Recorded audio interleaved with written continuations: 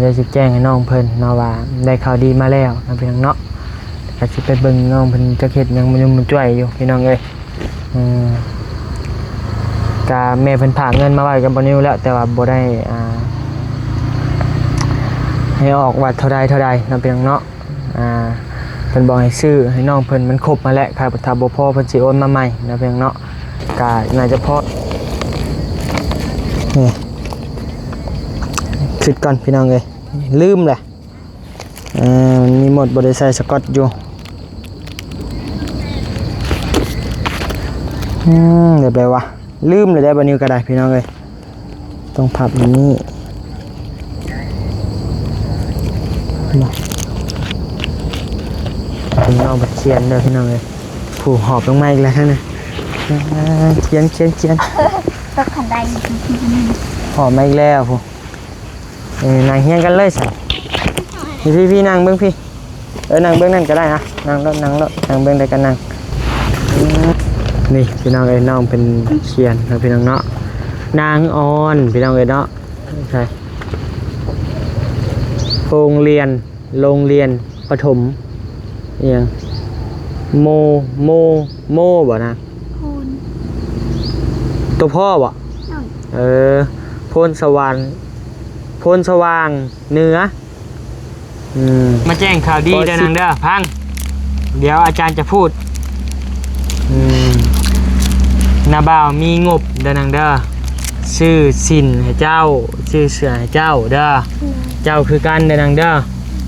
ชื่อสินให้ชื่อเสือให้เด้อแล้วก็กระเป๋า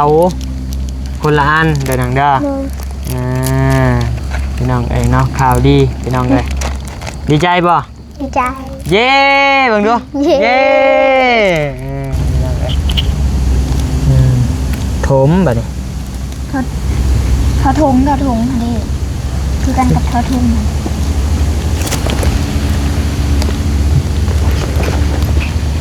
ทอทุ่งอ่ะนะบนทอทุ่งอันนี้ผิดอีกแล้วบิ๊ก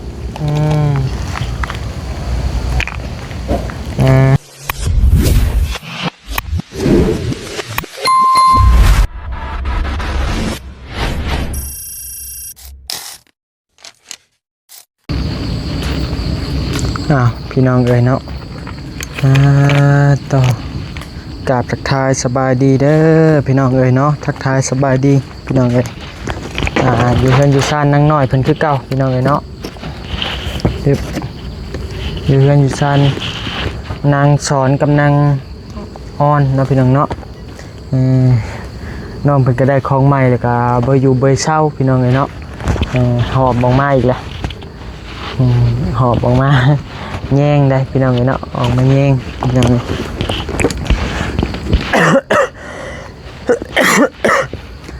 พี่น้องเนาะกะคลิปนี้บัดนี้สิมาแจ้งข่าวดีน้องเพิ่นเนาะพี่น้องเนาะแจ้งข่าวดีน้องออนนี่แหละเนาะพี่น้องเนาะกับน้องสอนเนาะพี่น้องเนาะตัวมีแม่ฮักแม่พันนี่แหละพี่น้องเนาะเพิ่นอยู่ฝั่งไทยเพิ่นก็เลยแม่เพิ่นว่าอยากซื้อเสื้อผ้าหน้าแพรให้น้องเพิ่นนะเพียงเนาะอุปกรณ์การเรียนนี่แหละนะเพียงเนาะได้สิแจ้งให้น้องเพิ่นเนาะว่าได้ข่าวดีมาแล้วนะเพียงเนาะก็สิไปเบิ่งน้องเพิ่นจะเฮ็ดหยังมันยุ่งมันจ้วยอยู่พี่น้องเอ้ยก็แม่เพิ่นฝากเงินมาไว้กับบ่นิวแล้วแต่ว่าบ่ได้ให้ออกว่าเท่าใดนะเพียงเนาะเพิ่นบอกให้ซื้อให้น้องเพิ่นมันครบมาแล้วครับถ้าบ่พอเพิ่นสิโอนมาใหม่นะเพียงเนาะก็น่าจะพออยู่แม่เพิ่นบอกซื้อชุดคนละชุดนะเพียงเนาะซื้อเสื้อขาวสินนะเพียงเนาะนี่ก็อุปกรณ์นี่ได้ครบแล้วยังเหลือแต่สินกับเสื้อขาวเนาะยังบ่ได้ซื้อมาเอาเป็นมื้ออื่นหรือว่าพังเบิ่งมื้อแรงนะเพียงเนาะถ้าวันนี้ได้กลับมาใหม่ก็น่าจะเป็นมื้อแรงนะเพียงเนาะเดี๋ยววันนี้จะไปแจ้งข่าวดีน้องเพิ่นว่าได้เสื้อผ้าหน้าแพรใหม่แล้วนะพี่น้องเนาะมื้อแรงจังไปซื้อมาบ่หรือมื้ออื่นก็จังว่ากันแล้วพี่น้องเนาะเอาก่อนอื่นเลยก็ขอกราบทักทายสบายดีพ่อแม่พี่น้องทุกคนเด้อพี่น้องเด้อเนาะทักทายสบายดีพ่อแม่ป้าลุงเนาะพี่น้องเนาะบ่ว่าสิอยู่ฝั่งลาวฝั่งไทยแล้วก็ต่างประเทศเด้อพี่น้องเด้อเนาะเอาทางมื้อนี้ก็ฝาก พ่อแม่พี่น้องพิจารณาเป็นไงเด้อครอบครัวนี่น้องเพิ่นก็ขยันรู้จักควมเนาะเพียงเนาะแต่ว่าครอบครัวทุกข์ยากพี่น้องเอ้ยทำมันแนวเบิ่งแล้วคือว่าเติมหนึงอยู่เนาะพี่น้องเนาะก็เบิ่งไปนำกันพี่น้องเอ้ยเนาะสิมันแนวเบิ่งถูกหรือผิดก็เบิ่งไปนำกันเด้อพี่น้องเด้อเนาะเบิ่งเป็นหูเป็นตาซอยกันนั่นแหละพี่น้องเอ้ยไปนั่งโอนั่งลมกับน้องเพิ่นเลยพี่น้องเอ้ยเฮ็ดอีกมันตัวอยู่ นั่งคนเดียวใช้นั่งเห็นยังไงน่ะหอปื้มโอ้ยไปอยู่ไปเช่าเนาะได้ของใหม่ก็ได้ห่อเป็นอยู่บ่ล่ะเธอห่อเป็นอยู่บ่ฮะใช่ตอนนั้นห่อเป็นแบบนี้ฮะมันได้ใส่สกอตมันมีแบบหนึ่งที่ว่าบ่ได้ใส่สกอตนางเบิ่งได้นะบ่าวเคยเฮ็ดอยู่ตอนเรียนเดี๋ยวบ่ได้ใส่สกอตเลยนะโอ้หมด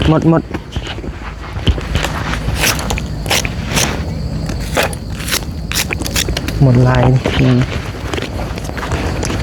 แม่มีแบบนี้บ่ได้ใส่สกอตปึ๊บ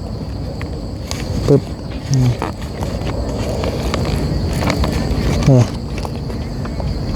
คิดก่อนพี่น้องเลยลืมแหละมันมีหมดบ่ได้ใส่สกอตอยู่เดี๋ยวไปวะลืมเลยได้บันนี้ก็ได้พี่น้องเลยต้องพับอย่างนี้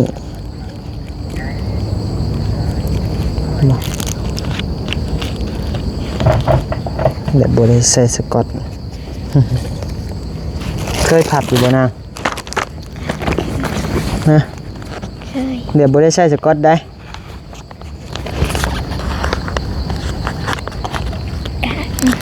โอเคเดี๋ยวบ่ได้ใส่สกอตสอนน้องเพิ่นหอปึ้มก่อนพี่น้องเอ้ยเดี๋ยวไปวะเดี๋ยวพับแล้วก็นิบลงในซอกมันเลยนะพี่น้องเอ้ยลืมละจะมีสกอตบ่ซะขึ้นเบิกก่อนเด้อพี่น้องเด้อบาดิวขึ้นก่อน ลืมเลยได้พี่น้องเอ้ยมันบ่ได้เฮียนหึงเลยเด้ตะกี้อาจารย์บอกอยู่นั่นเลย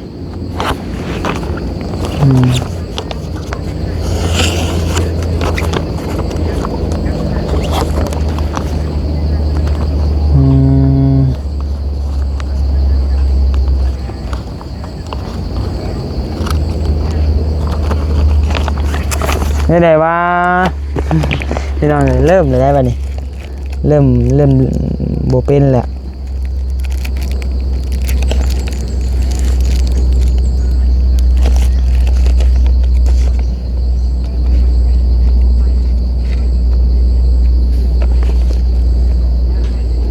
มันมีวิธี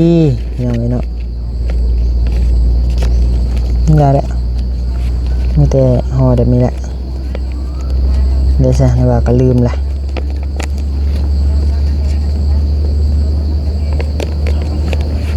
นี่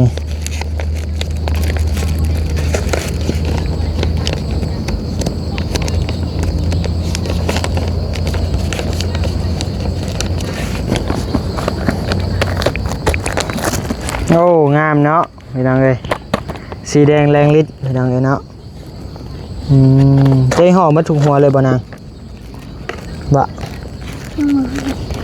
ห่อมันเมื่อไรแล้วแก้วมาห่อแม่ของเจ้าจะเพิ่มได้ห่อเลยห่อปลาไว้เลยนี่ห่อเด็กมาบ่าวมันจะงามซอยน้องเพิ่นห่อปึ้มก่อนพี่น้องเลย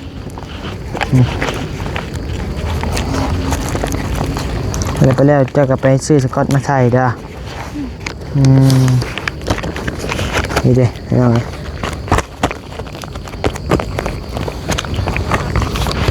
สมุดนะเพียงเนาะนี่ดิ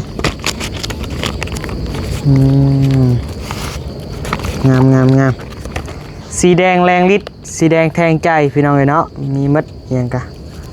ซึ่งอยู่บนเลยนางตะกี้นี่ข้าวบนนิวเฮียนนี่เอาแก่หนังสือพิมพ์มาห่อเอาพี่น้องเลยแล้วก็มีถุงยางมันนี่ใส่ถุงยางอีกมันจังบ่อนั่น จะบ่เปื้อนเวลาถึงน้ำถึงหยัง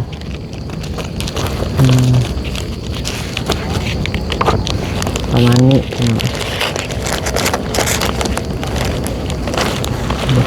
โอ้บ่ใช่ก็ได้สก่อนนางเอาทุงยางนี่มันห่อเลย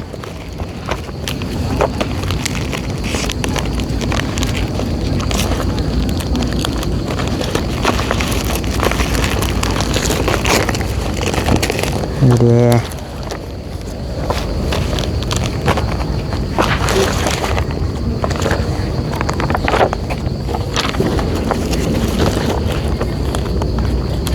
ในกระรอกนี่เด้อนางเด้อนี่เบิ่งเคยเห็ดอยู่ติแล้วก็พับลงมาบัดติดไว้ปึ๊บไปลองเลยนี่เด้ปึ้มเฮามันก็สิถึกน้ำถึกหยังก็บ่เป็นหยังนะพี่น้องมันห่อไว้เลยเด้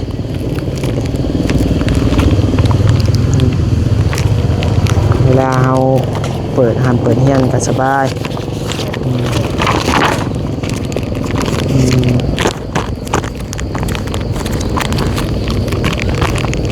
แต่ว่าถุงยางนี่ไปแล้วเฮาจังเฮ็ดเฮายังสิเขียนอันนี้จ้ะห่อเอาอันนาบาสิเบิ่งจะห่อซอยกันดีน้องมาเลย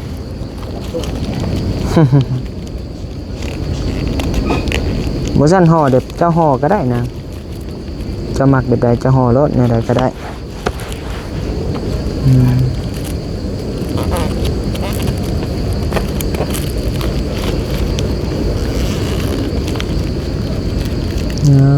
นั่นเองนี่แหละคนที่ว่าหมักห้ามหมักเฮียนอะไรอย่างเงี้ยเนาะอันนี้แกะเลยได้บ่แกะเลยได้บ่บ่ยังห่อปื้มนั่นไม่ได้บ่ไปไม่เอาของจะมาห่อไม่ซะหันแต่มากับประตูนพี่น้องเอ้ยเด้อนะบ่าวลองมึงเด้อบ่แห้งบ่แห้งมาเลยยังโอ้บ่แห้งเว้ยเบิ่งนี่ประตูนนี่ยังดึบเพิ่นยืงบ่เพิ่นยืงของเก่าเพิ่นยืงของใหม่ยืงของใหม่โดยโอเคโอ้ยปึ้มเนาะก่อนในการเรียนเพิ่นโดยเขียนเบิ่งเอาเขียนชื่อตัวเองใส่เบิ่งชื่อของเรียนกับชื่อตัวเองน่ะนี่บิ๊กตัวนี้เขียนงามบิ๊กหัวใหญ่แล้วบ่าวตอนเรียนนี่ตัวนี้แหละบิ๊กนี่แหละคักชุดนี่งามอยู่บ่ตัวหนังสือเอาซื้อโอ้ต้องซื้อน้องเพิ่นงามพี่น้องเอ้ยนี่มันร่ำรวยเนาะเดี๋ยวจังว่ารู้กัน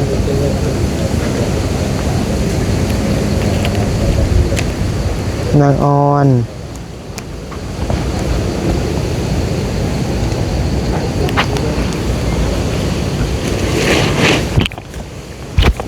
เบิ่งน้องเขียนเด้อพี่น้องเอ้ยผู้หอบลงมาอีกแล้วนะเขียนก็ขันได้หอบมาอีกแล้วผู้นางเฮียนกันเลยสิพี่นางเบิ่งพี่นางเบิ่งนั่นก็ได้นะนางรถนางเบิ่งได้กันนางหอบลงมาแล้วบาดนี่พี่น้องเอ้ยยืงของใหม่พี่น้องเอ้ยเนาะสบายดีโดยสบายดีฮะบ้างแหละน้ำเจ้าหัน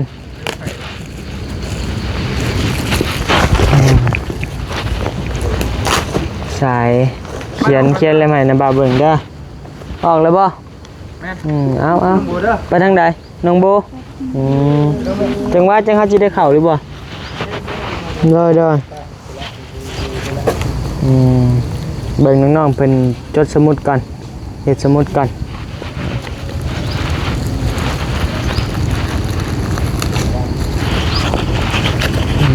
เบิ่งไปนำกันพี่น้องเลยเนาะ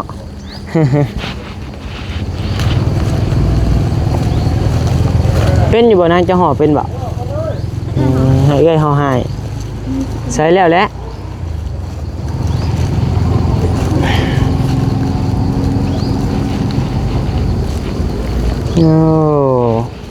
กเลยบัดพี่น้องเอ้ยสีแดงแรงฤทธิ์สีเขียวเหนียวซับของเจ้านะใช่นะบ่าวเบิ่งเนี่ย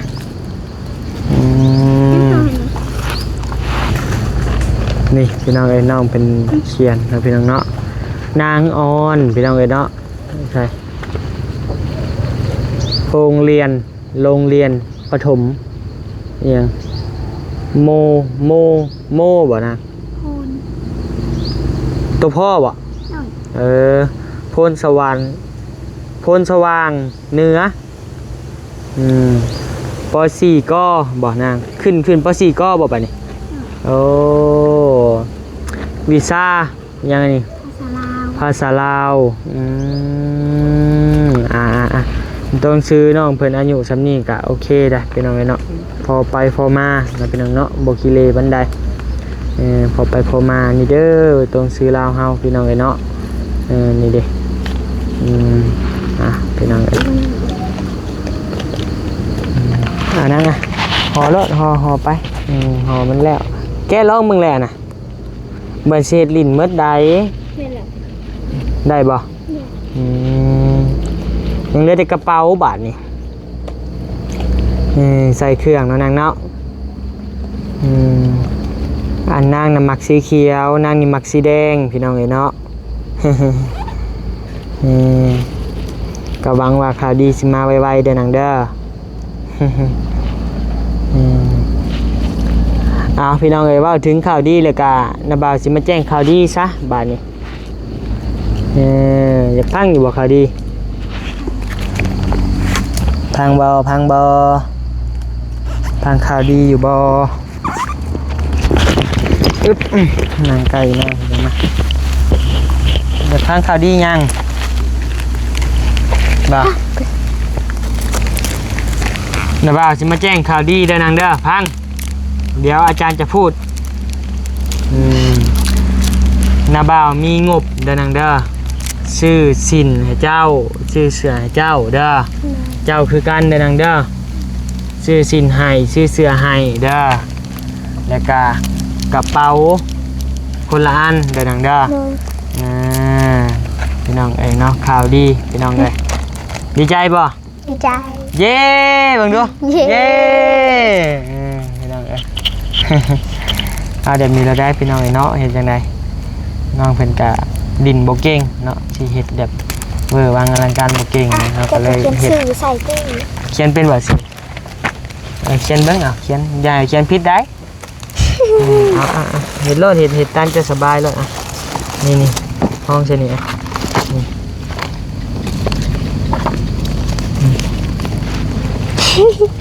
เขียนงามอยู่บ่ แดงหรือบิ๊กฟ้านี่แดงอันนี้เอาบิ๊กตัวไหนน้องวะบิ๊กตัวไหนแก้มเอาบิ๊กตัวนี้เอามันจะเขียนงาม เอาบิ๊กค่าอะไรนี่ครูบอกให้ใช้บิ๊กเดง จุดไหนในคู่ให้สล็อก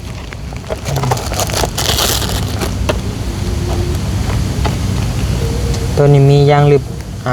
ซอพร้อมหน้าตัวนี้เนาะนี่ดิยางลึบซอนี่เขียนอะไรลึบได้นะซอพี่น้องเนาะ ใช่หรอ ใช่นางสอนโอ้เป็นไว้งามเอาเลยห้องเงียนยังไม่กินหมดเพล เอาว้าวขึ้นก่อนห้องเงียนยังเขียนชื่อห้องเงียนเป็นบ่เป็นใช้ของเจ้าได้นั่งปึ้มเจ้าเอามาให้น้องเบิ่งดูตัวเจ้าเขียนนะอยู่ใช่ เราห่อยัง ให้น้องเบิ่งกัน โรงเรียนปะปอศึกษาละ ปอสระแล้วได้แล้ว ปะทง ไอ้บอกปอป้าสละสระถมแบบนี้ ทอทง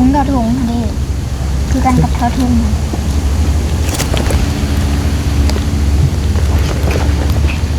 ทอทุ่งนะบนทอทุ่ง อันนี้ผิดอีกแล้ว หรือบิ๊ก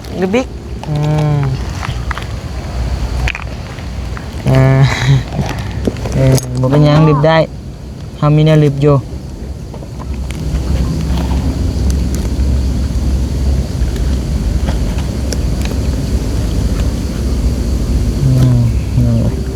ถ่ายรูปได้ เด้เอามือจ้ำบัดนี้จิบเชียนใหม่เป่ามันแห้งก่อนนี่ทอทงมันเป็นแบบนี้นะนี่วึบขอนหัวเขาในบ่นางทอทง กระทงคนเขาเอาใน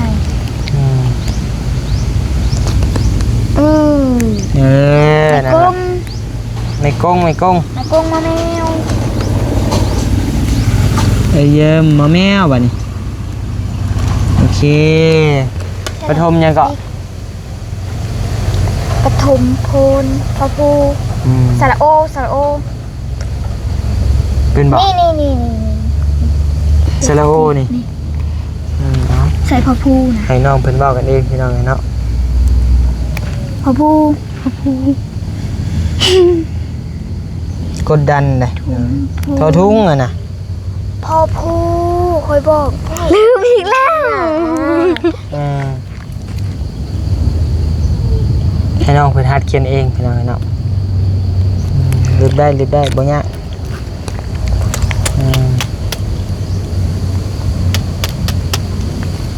พอพูนี่แบบนี้นี่อย่างละโอเคพอไฟอะนะฮะ โอ้ย ลืมไหมบ่เป็นหยังสู้หางสั่นพอผู้หางสั่นลืมซื้อปึ้มขอไข่ขอควายเนาะพี่น้องเนาะขอไข่นะขอไข่ขอควายฮะนะ อยู่เป็นอยู่ดี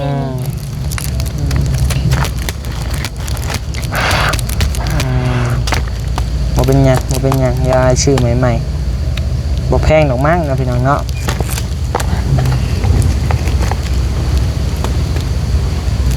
ขอนหัวแบบนี้แล้วก็ตัวสั่น โดยแบบเก่าหั่นแหละแต่ว่าหางบ่ยาวโอเคแม่นแบบนั้นแหละเรียบร้อย พี่น้องเอ้ย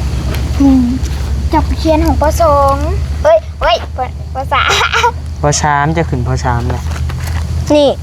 แล้วก็ยังต่อ เขียนตัวนี้ให้มันแล้วกัน พ่อผู้บ่คือนอนกแท้ พอผู้ถือ พ่อผู้เลยก็เขียนนอนกใส่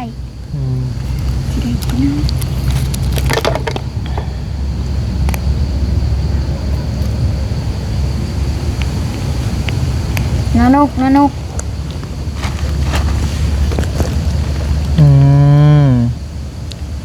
แบบว่า ยังอีกบอกน้องไหม นอนกมันเลยสะซอเสือใส่สระอะ เอาหมด เดี๋ยวนี้ เย็นรถสองไอ้น้องของเจ้า